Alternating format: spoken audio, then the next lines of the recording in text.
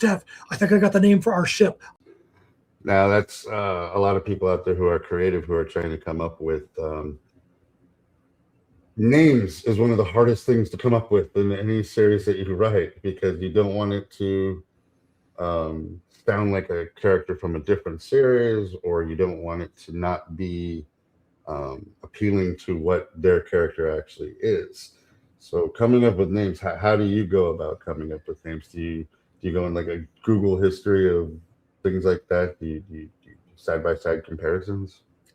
Anything and everything. There has been, I can tell you that we had a medieval fantasy series called Tales from Nocturnia, and the main character in that one came from watching a football game, and one of the players on his jersey, his last name was Beninock, and I'm like, that's a great last name, great name.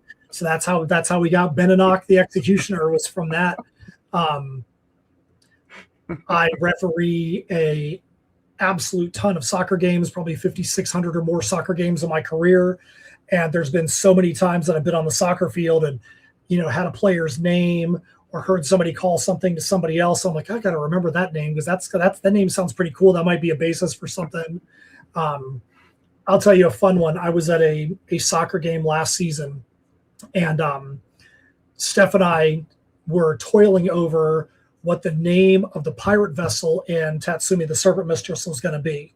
And none of the names that we had come up with really was jibing. And I was at a soccer game, and they were doing the player introductions and the coaching introductions. And I didn't know whether I heard it right or misheard one of the coaches' names.